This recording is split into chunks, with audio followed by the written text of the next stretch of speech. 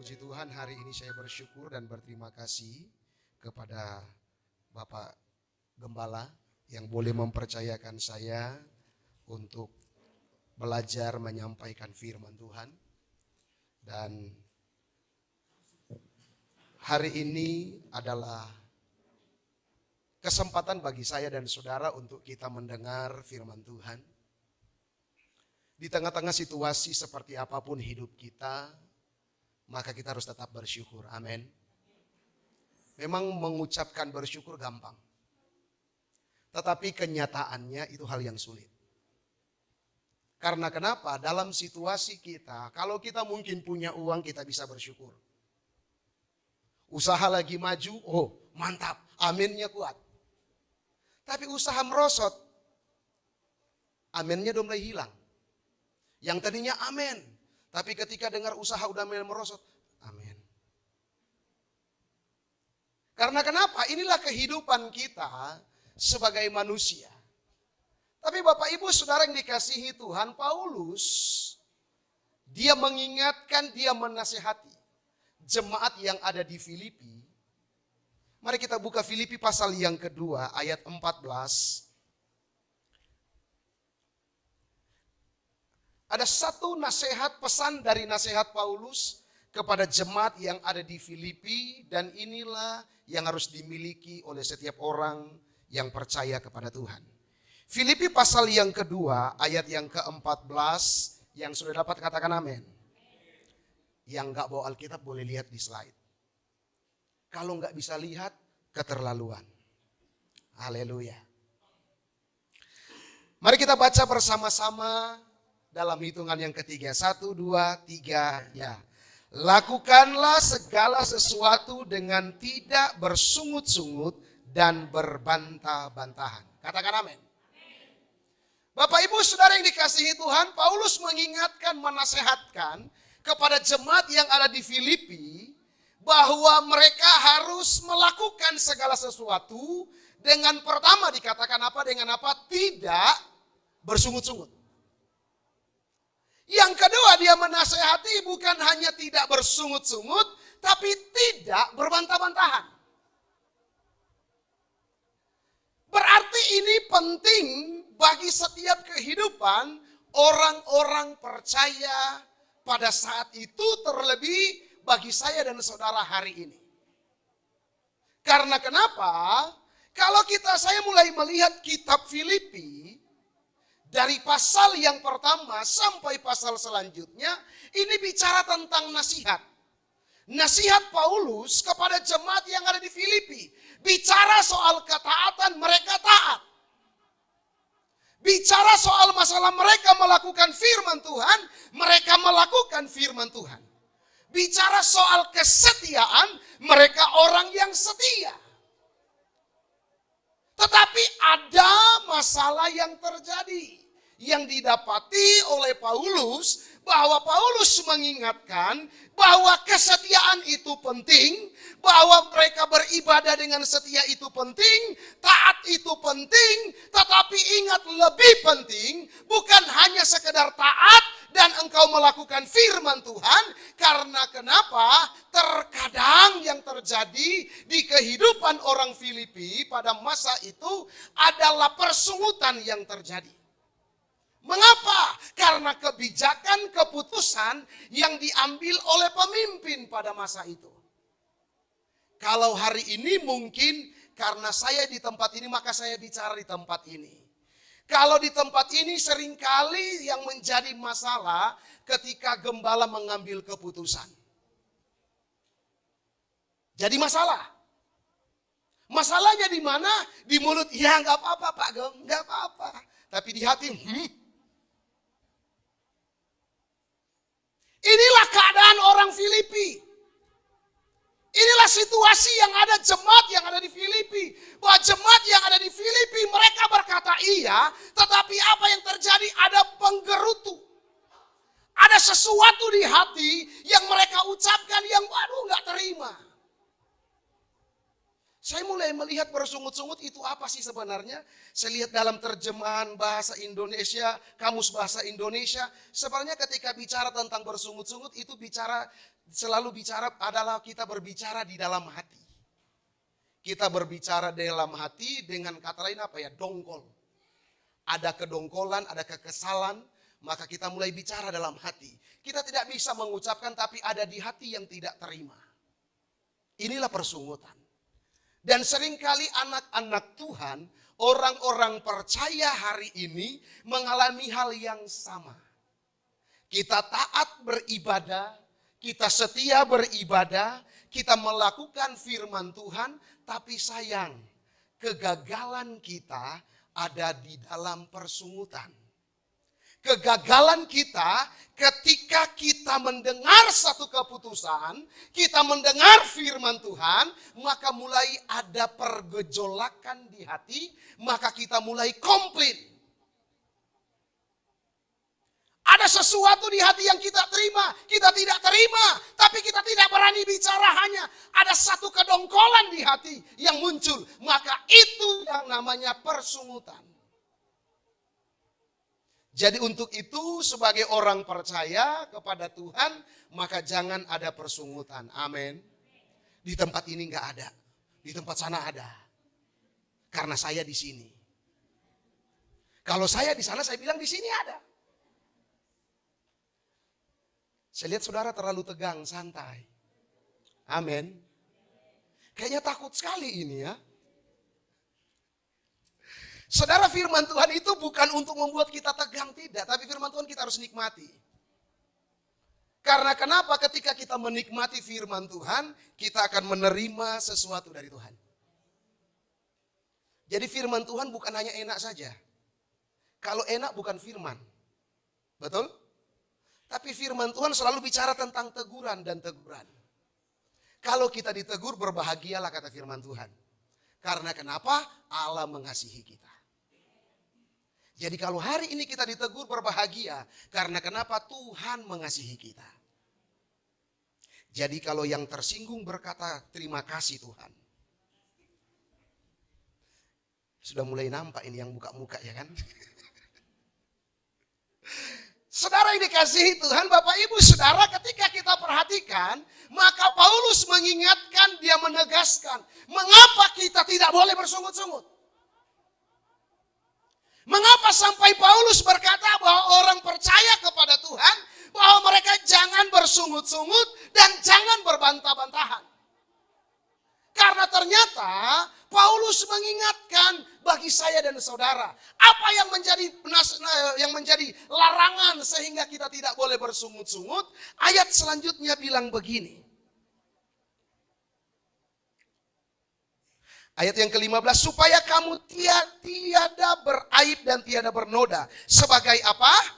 Anak-anak Allah yang tidak bercela. Yang pertama, mengapa Paulus berkata, supaya saudara dan saya tidak bersungut-sungut? Karena identitas kita. Paulus ingin menyatakan siapa kita. Sebagai orang percaya, sebagai anak-anak Allah, maka dilarang keras untuk bersungut-sungut. Bahasa Nias bilang mekekekeke. Ada orang Nias? Enggak ada. Orang Batak bilang apa? Merungut-ungut. Orang Karlo bilang jungut-jungut. Saya lupa orang Chinese bilang apa ya. Saya sampai hari ini tanya ke jemaat. Ada jemaat kami orang Chinese, Bu, tolong dulu. Ajarin saya, apa bahasa Hokkiennya bersungut-sungut. Enggak tahu aku Pak. Waduh saya bilang, berarti saya salah bertanya. Jadi saudara yang dikasihi oleh Tuhan, ketika kita sebagai orang percaya, ingat baik-baik mengapa kita tidak boleh bersungut-sungut. Karena kita harus mengerti siapa kita. Alkitab bilang kita warga kerajaan Allah. Jadi karena kita warga kerajaan Allah, tugas saya dan saudara adalah menjadi duta-duta Allah bagi dunia ini. Dengan kata lain apa? Kita mempromosikan sorga bagi orang lain. Bagaimana kita mau mempromosikan sorga kalau dalam hidup kita selalu ada persungut-sungutan? Kita nggak mungkin akan bercerita kepada orang, maka orang akan berkata nggak mungkin.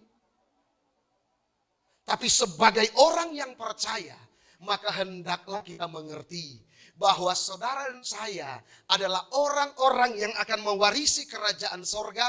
Maka untuk itu ceritakanlah sorga bagi orang lain, jangan dengan bersungut. Amin. Jadi kita harus dilarang karena ini. Mengertilah kita siapa kita. Alkitab bilang apa? Terang dan gelap tidak bisa bersatu. Jadi untuk itu Bapak Ibu Saudara yang dikasihi Tuhan, maka kita sebagai orang yang percaya, sebagai anak-anak Allah, maka anak-anak Allah otomatis mewarisi karakter Allah dalam hidup kita. Haleluya. Jadi Allah pernah bersungut? Enggak.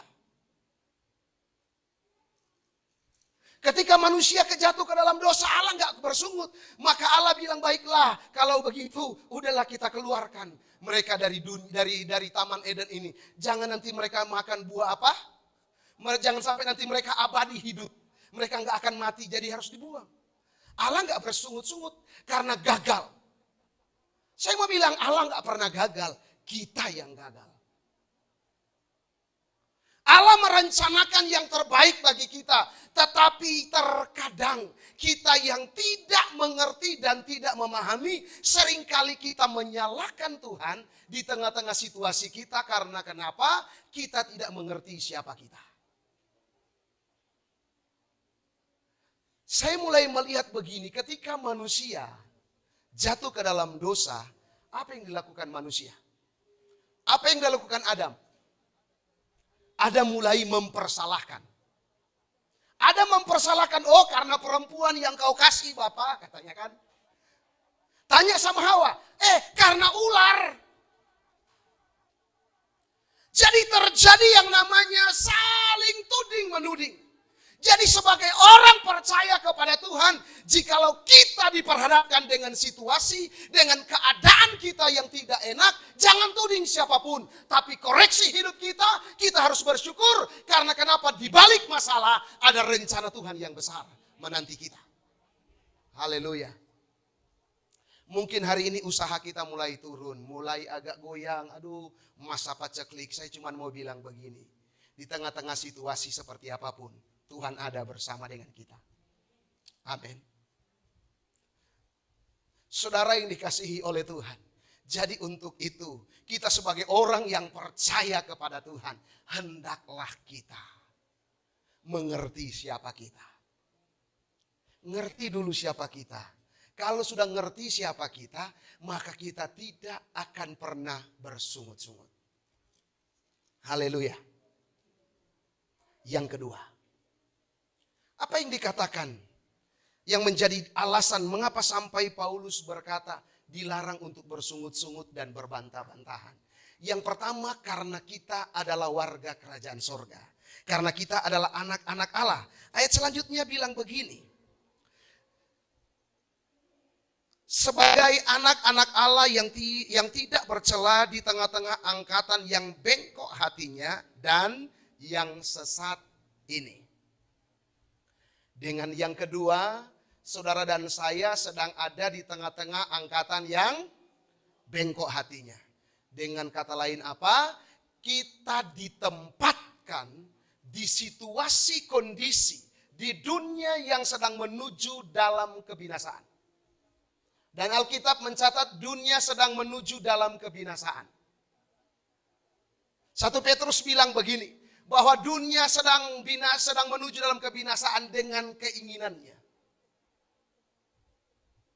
Jadi untuk itu Bapak Ibu Saudara yang dikasihi oleh Tuhan, maka yang sangat penting, yang sangat terutama ketika yang perlu saudara dan saya miliki, bahwa ketika kita berada di satu situasi, di tengah-tengah dunia ini, hendaklah kita menjadi teladan. Kita menjadi kesaksian. Kita menjadi berkat bagi orang lain. Bukan dari perkataan, tapi dari perbuatan.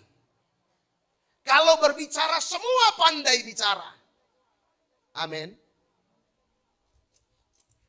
Ada orang Batak di sini? Ada. Banyak? Banyak. Oke, kalau begitu saya mau bilang begini. Saya sekarang sudah resmi orang Batak. Ya. Jadi saya berani bicara karena sama-sama kita Batak sekarang. Kenapa? Saya waktu menikah, saya datang kemari ke Sumatera Utara tujuannya mau menikah dengan Boru Niraja. Orang Batak kan semua raja. Boru Niraja, Boru Simanjuntak. Jadi saya berkata kepada mertua, saya datang, saya bilang, saya mau melamar anak bapak dan ibu. Ditanya, mana orang tuamu? Enggak ada. Saya sendiri menghadap mertua. Mertua lihat saya dan geleng kepala. Yang nagila doi katanya kan. Orang Batak bilang, ya sudah gilanya dia ini. Masa melamar enggak bawa keluarga? Saya bilang, saya kemari mau menikah. Saya kemari mau melamar anak ibu dan anak bapak. Kalau bersedia, kami akan menikah. Ditanya, kalau begitu, kau mau menikah? Iya. Kau tahu menikah dengan orang Batak? Kenapa? Saya bilang, saya enggak tahu. Kau berani menikah orang Batak? Oh, kenapa tidak? Saya bilang. Tahu orang Batak kalau menikah itu susah. Kamu harus pikirkan adat segala macam. Saya bilang, baik. Kalau begitu, oke. Kalau begitu kamu harus dibikin marga. Gak apa-apa. Marga apa? Silitonga. Jadi saya bilang. Jadi saya sekarang bermarga Silitonga.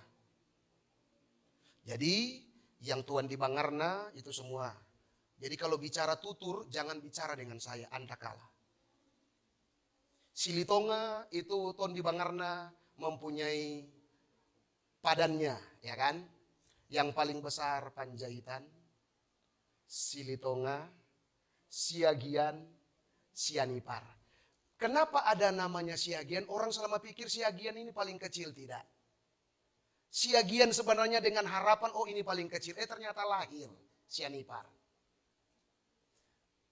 Apakah saya kurang Batak? Udah ngerti kan? Oke. Orang Batak paling jago bicara. Betul?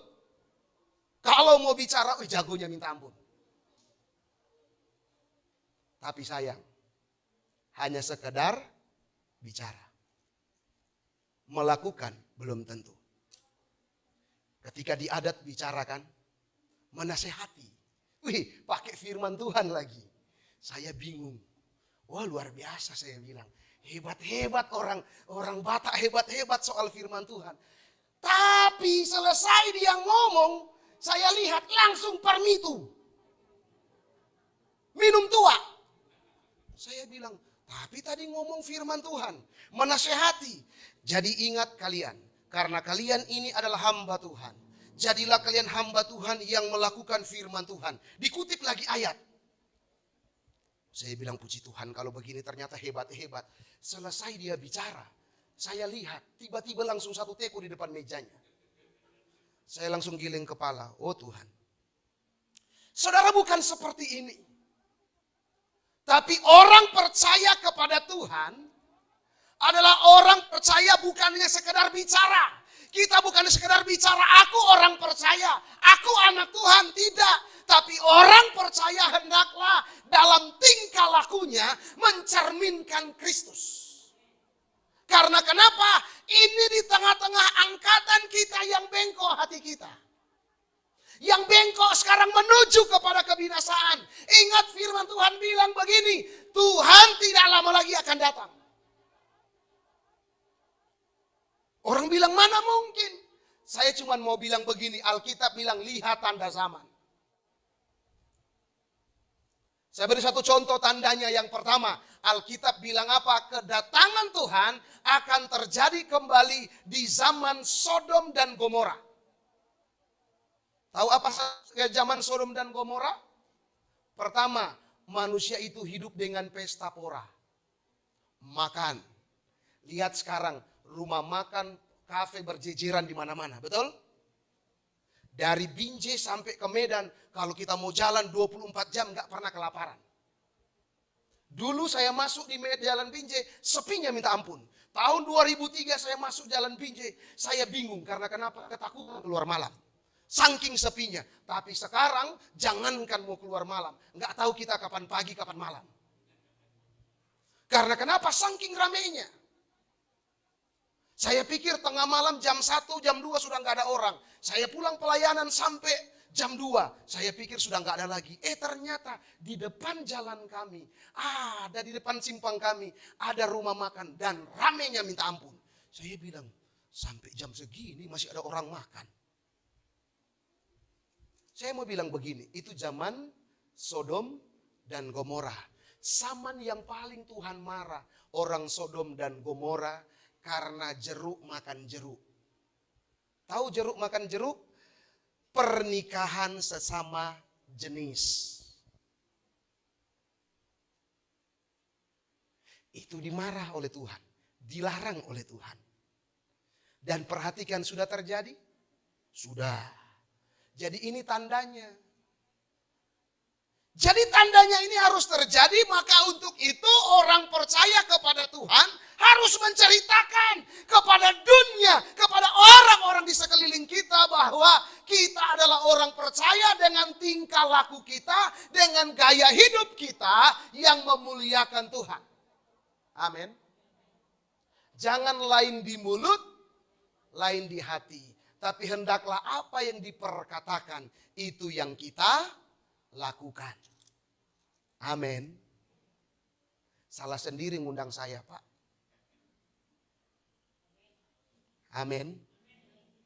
Saya kalau sampai menyampaikan firman Tuhan, nggak peduli mau diundang lagi, nggak peduli. Yang penting firman saya sampaikan. Memang benar, saudara. Saya hanya sekali diundang satu gereja, di situ jangan lagi. Kenapa? Bapak itu kalau khotbah ngeri kali, katanya. Semua kita disinggungnya, katanya. Saya bilang, kapan saya nyinggung? Saya nggak nyinggung karena saya nggak tahu situasi jemaat, kan? Tapi Tuhan yang sampaikan.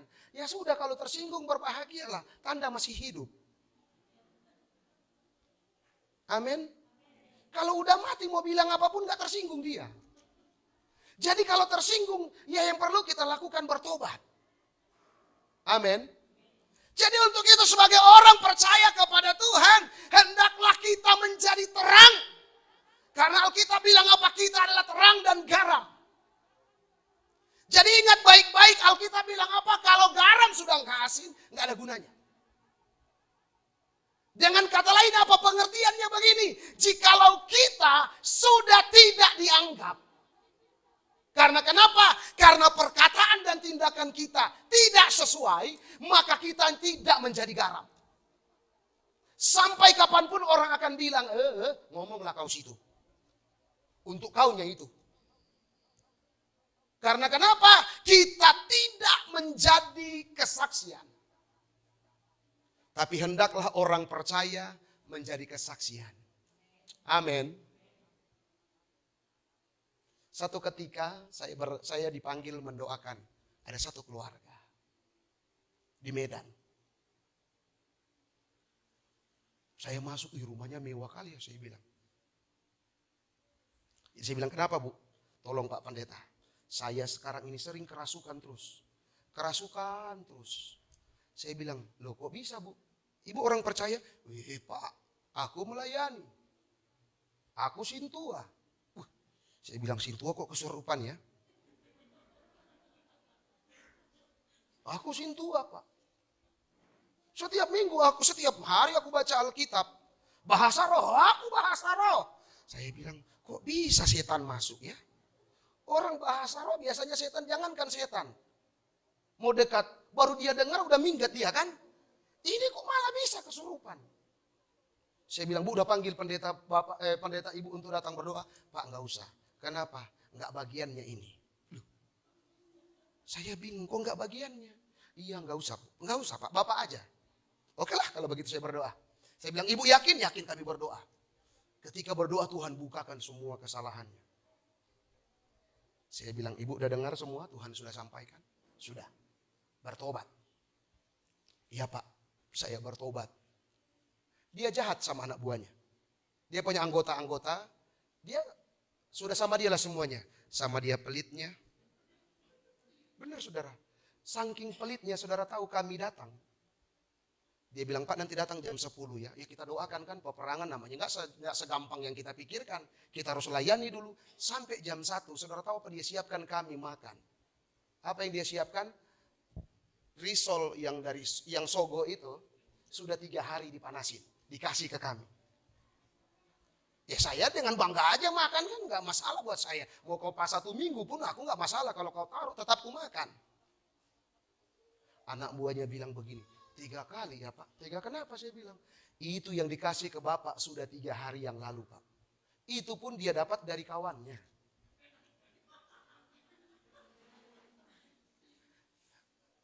Saya bilang begini, nggak apa-apa. Itu kan masih enak. Ya saya bilang dia kasih, puji Tuhan. Dia nggak mau ngasih pun sebenarnya aku udah mau pulangnya, aku bilang. Karena aku udah terasa bau-bau pelit itu. Kenapa? Pertama dari saya datang nggak disiapkan minum. Ditawari minum pun enggak. Padahal kita mau berdoa kan. Jadi mau tamu udah kami doakan selesai, saya bilang sama istri jangan lama-lama. Kenapa? Kalau lama-lama kita bahaya. Nggak keluar makan, nanti kita makan di luar. Selesai dia kasih itu kami pulang.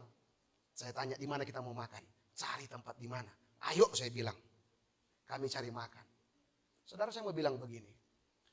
Ketika dia bicara jagonya minta ampun. Bicara firman jago. Tapi orang bicara firman kerasukan. Saya bilang, loh di mana firman itu? Apa yang terjadi? Yang terjadi di hati hanya adalah dongkol. Dia tidak suka dengan orang lain. Dia benci persungut-sungutan yang terjadi. Yang setiap hari hanya ada sungut-sungut. Dia bersungut-sungut ketika kami doakan Tuhan bilang, kau gak pernah bersyukur. Setiap hari hanya ada di dalam hatimu. Dongkol, engkau marah, engkau tidak terima. Bahkan istri suaminya yang sudah mati pun dia dendam. Saya bingung, orang sudah mati pun didendamnya. Kami mulai doakan, puji Tuhan. Akhirnya apa? Dia dipulihkan. Sampai hari ini. Dia telepon, Pak, nanti kita ketemu ya Pak, mau makan-makan. Ya nggak apa-apa, saya bilang, makasih Bu buat undangannya. Tapi nanti saya kabari ya Pak. Ya, bayangkan dari tahun lalu sampai tahun ini. Nggak terlaksana. Diundang, sudah dibilang kan. Ya udah nggak apa-apa, saya bilang, iya Bu, makasih. Tapi saya udah pikir begini, nggak akan mungkin terjadi. Karena kenapa? Kalau memang niat, nggak perlu dia bilang nanti kan. Di mana kita makan Pak? Nah, itu enak kan? Itu baru. Saya nggak pernah tolak kalau Pak kita makan di mana? Ayo di mana Bu? Ngajak makan saya nggak pernah tolak. Kalau ngajak makan ya ayo. Jadi saudara yang dikasihi oleh Tuhan, kita sebagai orang percaya hendaklah perkataan dan perbuatan sejalan. Amin. Jangan bicara, oh aku orang percaya. Tapi kelakuan setan bilang maaf, aku pensiun dini. Kenapa lebih jahat dia daripada aku?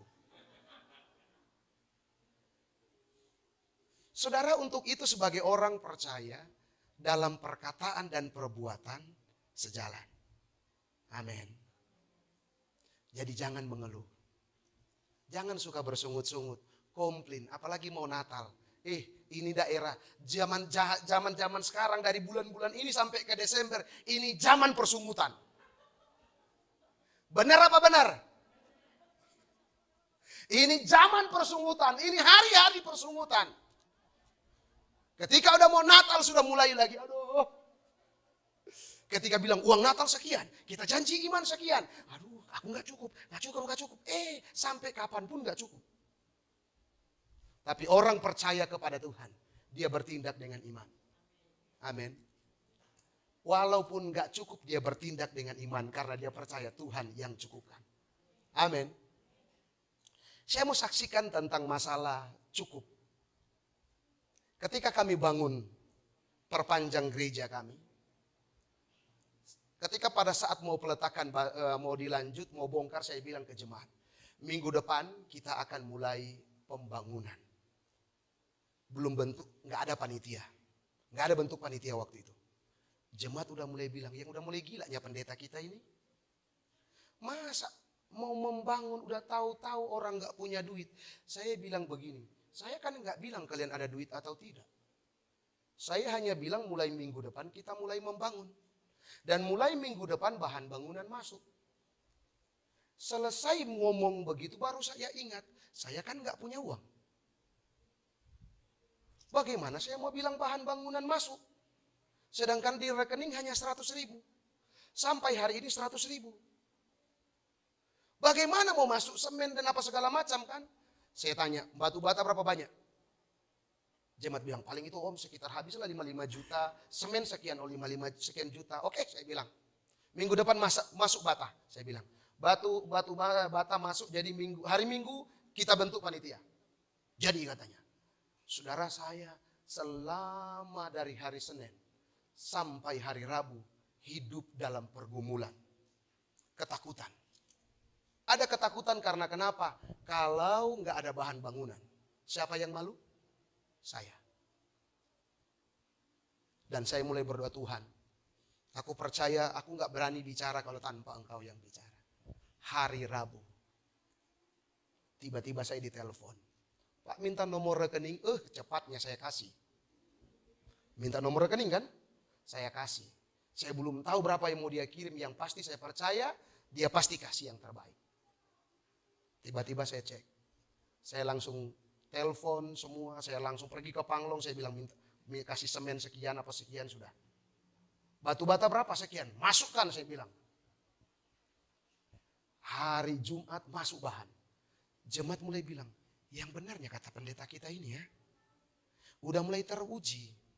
Setiap kali mereka ngomong selalu kenyataan. Padahal aku tahunya kata jemaat, nggak punya uangnya mereka. Tapi kok bisa? Dan saudara tahu sampai selesai. Hari ini sudah selesai, Tuhan cukupi. Amin. Ditanya sampai saya dari mana uangnya Pak? Engkau nggak tahu. Ada saja cara Tuhan. Maka saya mau bilang begini, orang percaya jangan berpikir kurang. Amin. Sampai kapanpun gak akan pernah cukup. Tapi untuk itu bertindak dengan iman. Amin. Jadi Natal tahun ini Pak, bikinlah Pak semewah mungkin. Karena pasti cukup. Jemaat yang sudah dengar pasti memberi. Amin.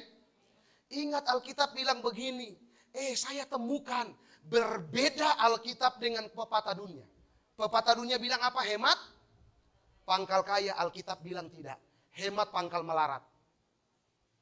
Ada ayatnya enggak? Ada. Alkitab bilang begini. Ada yang menabur harta tetapi bertambah kaya.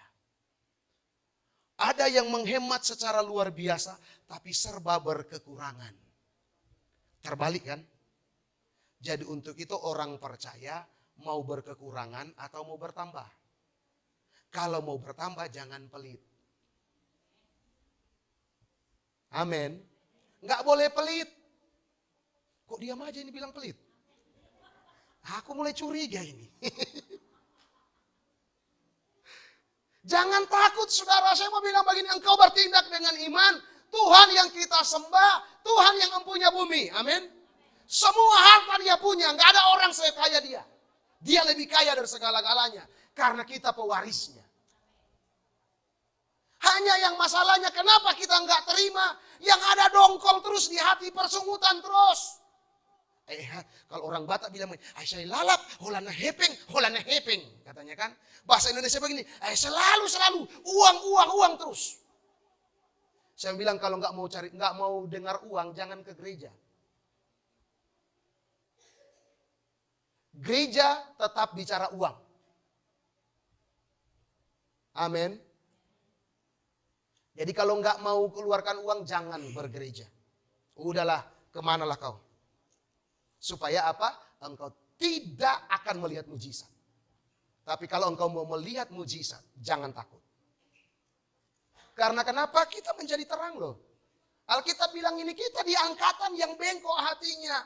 Maka untuk itu kita harus menjadi kesaksian, menjadi terang, menjadi teladan bagi orang. Untuk itu perkataan dan perbuatan sejalan.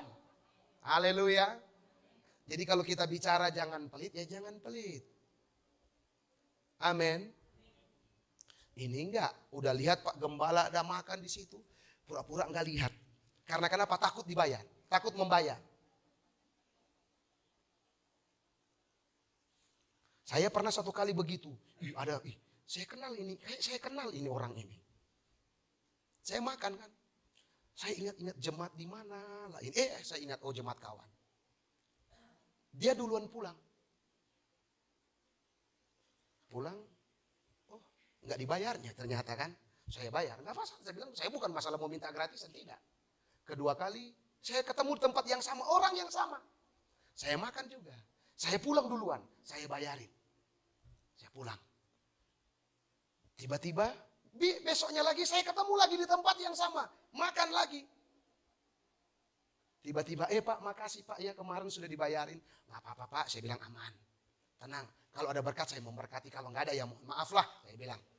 Dia pulang cuma bilang makasih, dia pulang. Tapi kalau di gereja, saudara kita harus berkorban.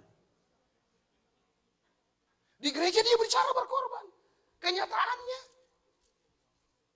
Jadi orang percaya perkataan dan perbuatan sejalan, amin. Jangan di sini bicara kita mau berkorban.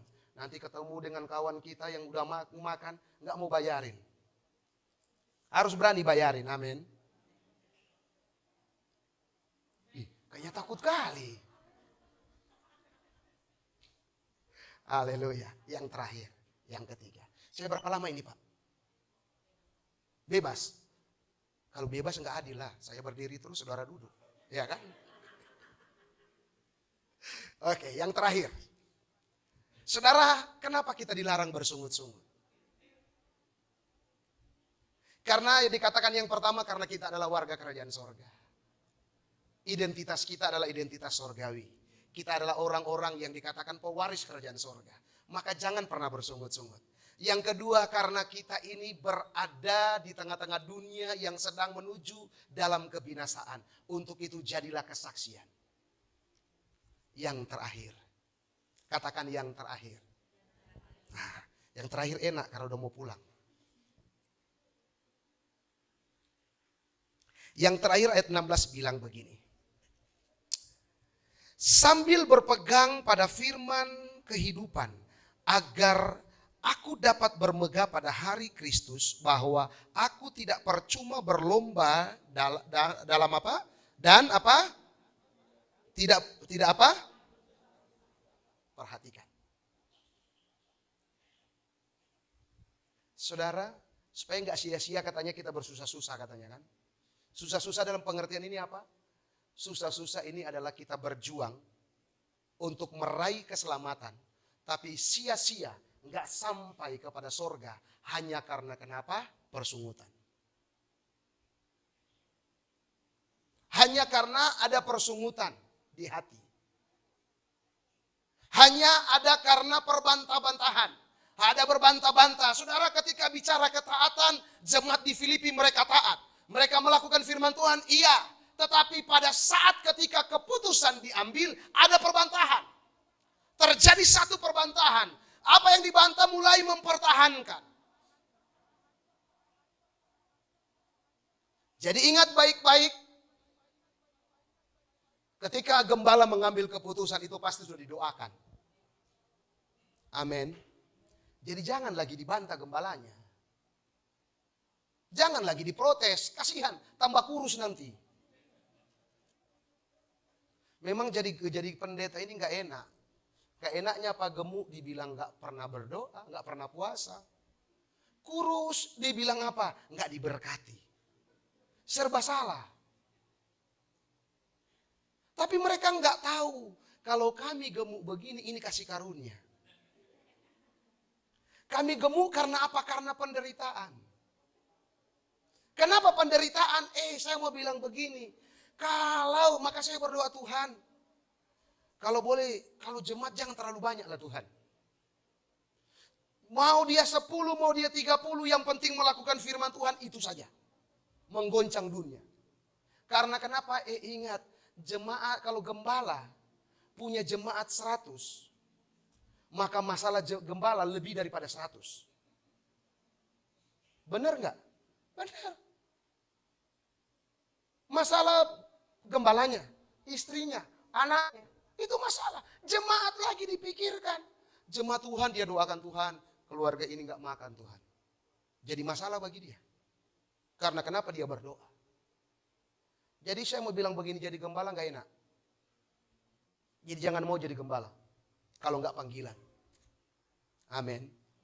Udahlah, jadi jemaat yang setia melakukan firman Tuhan itu lebih mantap. Amin. Jangan lagi nanti sedikit-sedikit tersinggung pindah gereja. Di sini nggak ada, amin. Di sana ya itu banyak, di sana. Di sini nggak ada. Karena di sini jemaat-jemaat yang dewasa, amin. Saya bangga dengan jemaat di sini. Kenapa saya bilang saya bangga? Karena saya bernostalgia di sini. Tahun 2004 saya masuk di daerah sini. Saya selalu bilang, saya kalau kemari saya bernostalgia. 2004 saya masuk di daerah sini. Masih ingat kan? Mungkin ya sampai dibilang jangan-jangan saya dulu yang diusir-usir ya kan? Saya mulai menjajaki daerah sini. Tapi saya cuma ingat, ketika saya dalam doa Tuhan kasih penglihatan. Penglihatannya apa? Saya hanya di sini tugasnya apa? Merobohkan. Merobohkan semua patung-patung dan apa segala macam yang ada di sini. Saya dalam doa itu Tuhan kasih penglihatan, kamu hanya tugasnya hanya merobohkan. Habis itu Tuhan pindahkan. Dan ketika dipindahkan, saya ketika masuk ke tempat kami, saya ingat, saya bilang begini, kayaknya nggak asing tempat ini. Yang tempat yang sekarang. Kayaknya tempat yang ini, kayaknya saya pernah lihat, di mana? Saya seakan-akan gini, kayaknya saya pernah tahu tempat ini, tapi saya belum pernah kemari, tapi heran saya tahu. Saya mulai berdoa, dan Tuhan ingatkan kembali, oh ini tempat di mana? Maka saya bilang, Tuhan, kalau engkau yang sudah bawa saya di sini, engkau yang bertanggung jawab. Terserahmu, suka-sukamu. Maka kami mulai di sana. Dan sampai hari ini puji Tuhan. Kami boleh gemuk. Saya boleh gemuk. Itu karena kemurahan Tuhan. Haleluya. Saya masuk kemari kalau dilihat saya yang dulu dengan yang sekarang orang gak kenal. Saya masuk daerah sini timbangan 55 kilo. Berarti kurusnya minta ampun ya. Sekarang saya takut naik timbangan. Sampai kawan saya bilang, ininya kau? Iya saya bilang, kok beda? Bedalah saya bilang. Dulu kau kayak lidi, sekarang kau ngeri kali kayak gajah katanya. Saya bilang awas gajah Sumatera mau lewat. Jadi saudara ketika kita lihat baik-baik, ingat baik-baik, yang sangat utama dalam hidup kita, ini menjadi pesan utama. Untuk itu ingat baik-baik kita perlu firman. Karena dia bilang dengan firman Tuhan. Firman kehidupan. Tahu nggak kenapa sampai dikatakan firman kehidupan? Salah satu doa yang diajarkan oleh Tuhan Yesus dalam doa Bapa kami, itu kalau kita perhatikan, berikanlah kami pada hari ini apa? Bukan makanan. Bukan makanan.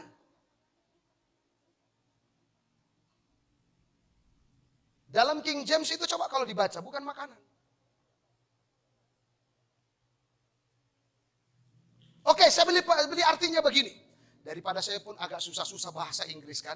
Bahasa Inggris saya cuma tahu yes, no, dan segala macam ya puji Tuhan. Walaupun apa saya mulai ngerti lah. Jadi saya mulai lihat dalam terjemahan-terjemahan asli. Maka saya mulai melihat.